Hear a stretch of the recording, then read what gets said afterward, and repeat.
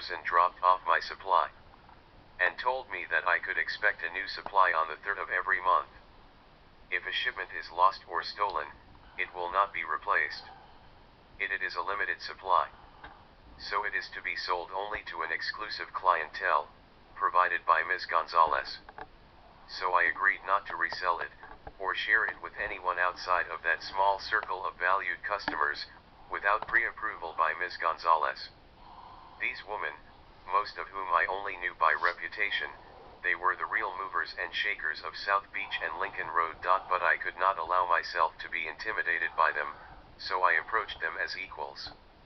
I gave them each a small jar of the product, and waited for the phone to ring. They were all very powerful women. I was afraid that they wouldn't call. It turns out I had nothing to worry about. They all called. And they were all very interested in this facial cream. They wanted in on the operation. And not just as customers of the Rouge on Rouge Beauty Company. They were pumping me for information from the start, like I was going to give anything away. And like me, they all wanted a piece of the action. I could tell they were already looking for weaknesses, openings, opportunities that they could exploit. They were trying to position themselves to push me aside the minute they got a chance to, eliminate the middleman between you and the source, and then copy, clone, or take over the middleman's operation for themselves and then eliminate the competition. Business 101, and with each step they take, getting one step closer to the source. It was clear that I was swimming with sharks. It was clear that my clients were some of the most dangerous business leaders in all of South Beach. I did not see a dolphin or a fish type among them. So I never lowered my guard and remembered when I was dealing with them that there was no such thing as friendship in a drug deal. Every man for himself. Idle conversation is for the fish, not the sharks. The only two things I talked about, or was interested in, was product and payment.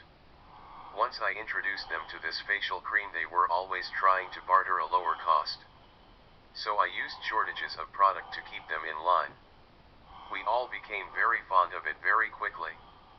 And it would have been very easy for me to lower my guard and believe the smiles and lie that my clients were sending my way as we shared some harmless chit-chat while we exchanged product for payment.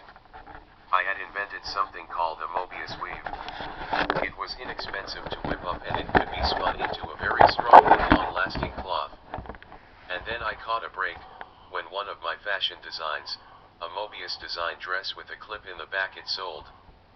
That gave me enough to open my own lab, independent of my Mobius design company, which ran itself, and remained focused on promoting my own line of Mobius fashion wear.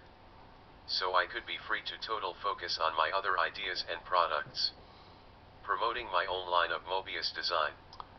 It was called Flipwear. And before I knew it, it was hot. Eventually I had people I hired who did everything, so my operation ran itself.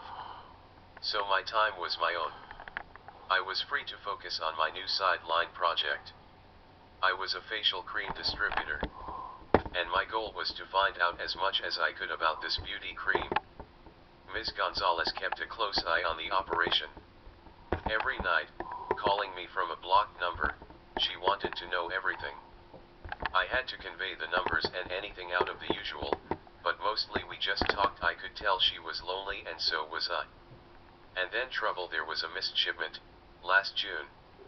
Remember when the lightning strike murders, still unsolved, terrorized South Beach last spring, when I was told that there would be no shipment at the end of that month?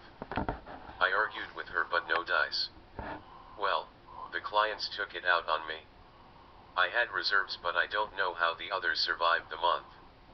Then I discovered quite by accident that Ms. Gonzalez had been going around my back.